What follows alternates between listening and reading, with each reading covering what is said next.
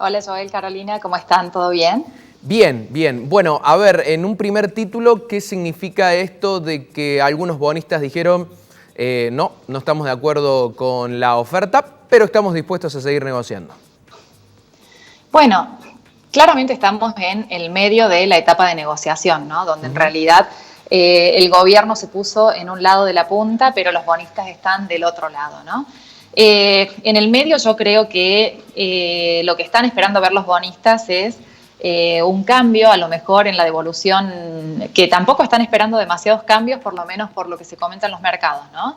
Pero sí relacionado por ahí con el periodo de gracia y también relacionado con lo que es la quita de capital y de los intereses, que son las cuestiones que se están negociando, ¿no? En el tema de la deuda.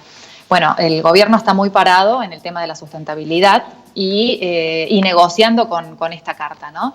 El tema es que, bueno, que los bonistas puedan, digamos, ofrecer esto, ¿no? Con el riesgo que implica también que una negociación que realmente a los bonistas no les guste, es muy posible la aparición también de los fondos buitres, ¿no? Que los fondos buitres funcionan por ahí ofreciendo un poquito más de lo que puede ofrecer el gobierno. Los bonistas que no están dispuestos a litigar reciben una mejor oferta por parte de los fondos buitres y los fondos buitres después terminan negociando a largo plazo con los resultados como los que hemos visto en el 2016, donde se le termina pagando no solamente el capital, sino también todo lo que son los intereses, multas, costas y demás.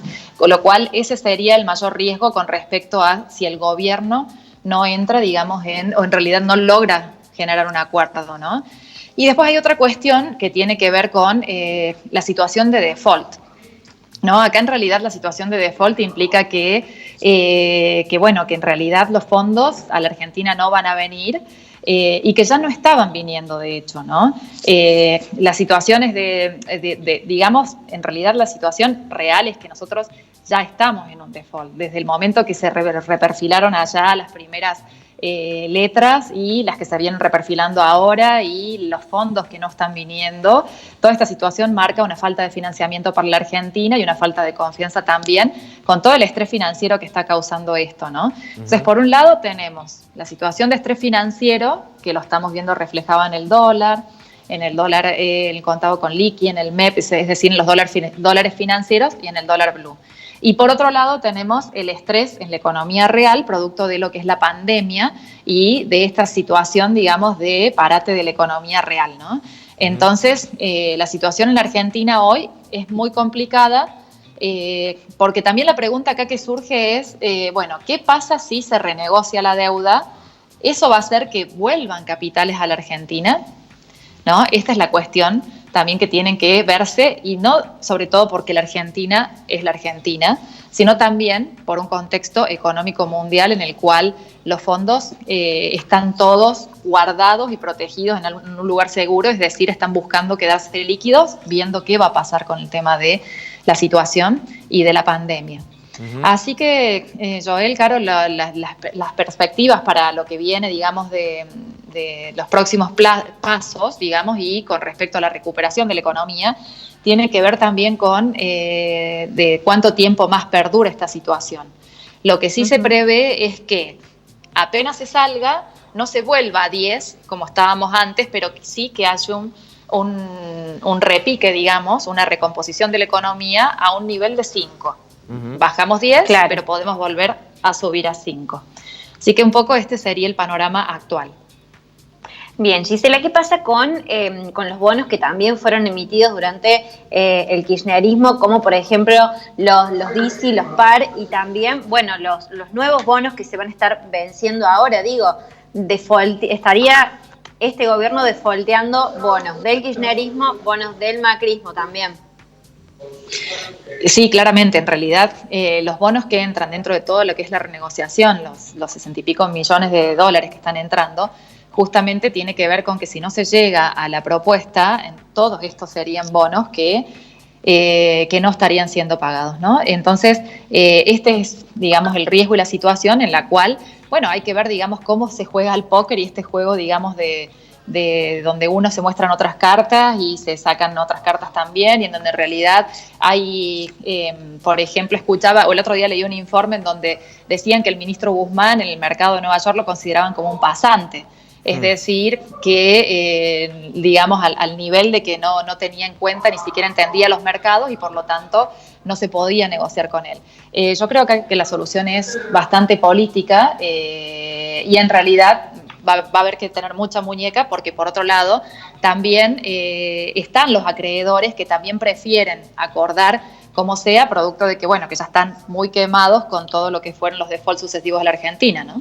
Claro. Bueno, puntualmente te quiero preguntar eso también, Gisela, porque ¿qué pasa con la toma de confianza? Evidentemente la economía es política, pero si, digamos, un gobierno defaultea también los bonos que emitió en su propio gobierno anterior, digo, ¿en qué punto para la Argentina en esto?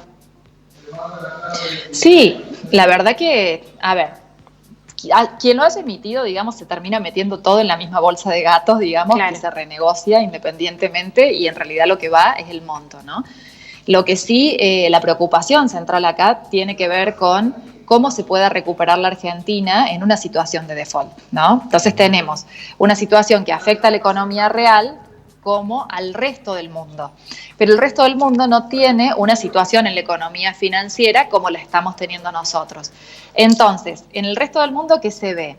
Que lo más probable es que haya una recuperación en B corta, es decir, que el periodo en realidad de recesión sea muy cortito porque apenas termine esta situación, la economía va a rebotar.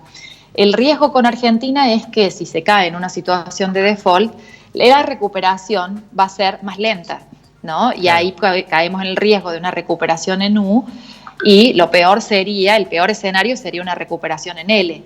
Entonces, acá en realidad yo creo que el gobierno no tiene que dejar de ver esta situación y tratar de pensar en cómo hacer para que dentro de toda esta negociación la recuperación argentina, cuando se termine esto, sea en B. Claro. Lo que se puede ver es que todo esto que se habló con respecto al riesgo de hiperinflación, al riesgo de recesión con hiperinflación, sobre todo por la gran emisión monetaria, la gran realidad es que el gobierno emitió en un primer momento, pero luego absorbió todo ese dinero a producto de hoy la base monetaria es menor que antes de entrar a la situación de cuarentena el 19 de marzo. Entonces, en esta situación, hoy, digamos, no se ve un riesgo hiperinflacionario, además de con una economía planchada como está, eso también hace que en realidad los precios no se puedan disparar tanto, lo cual no implica que no tengamos inflación y a lo mejor posiblemente producto de este estrés financiero que está hablando con el dólar, que no sabemos cuándo se va a trasladar a precios y demás, puede haber picos de inflación más altos que otros meses e incluso hasta parecidos a los del año pasado, ¿no? De un 3, 4, 5 en algunos casos, pero no llegaríamos a una situación de hiperinflación. Claro, se entiende. ¿Cambia en algo, Gisela, la declaración formal de default, digo, como la tuvimos allá a finales de 2001, 2002, a la situación virtual, por ejemplo, el vocablo que usó el propio presidente? Digo, ¿cambia en algo esa declaración formal de decir estoy en cesación de pagos, no le pago a nadie por ahora? Sí, ya lo creo que cambia porque en definitiva ya hasta ahora no hay un documento firmado que realmente diga que lo estamos, ¿no? En esta situación ya habría una manchita más en el tigre, digamos, de que en realidad ya estaríamos en cesación de pagos, ya pasaríamos de nuevo a formar parte de los libros de historia sobre economías en default y bueno, y justamente la situación en la cual muchos mercados empiezan a considerar, ¿no? El tema del default, en realidad el precio de los bonos, la tasa de interés con la cual nos vamos a financiar. Primero que, bueno, en default está cerrado el capital externo que pueda llegar a venir. Y luego las tasas de interés, producto del riesgo país que tengamos, hace que sea completamente inaccesible el poder financiarlo. Solamente mercados o en realidad fondos muy especulativos son los que podrían venir a financiar, digamos, la Argentina en un contexto como el actual. Y eso la verdad que no beneficia a nadie, ¿no? Claro. Bueno, Gisela, me quedo con esto también que decías que va más allá de quién emitió el bono, pero bueno, ¿cuánto también impacta en esta situación los grandes intereses que se iban a pagar y con los que se vendieron los últimos bonos emitidos hasta el año pasado?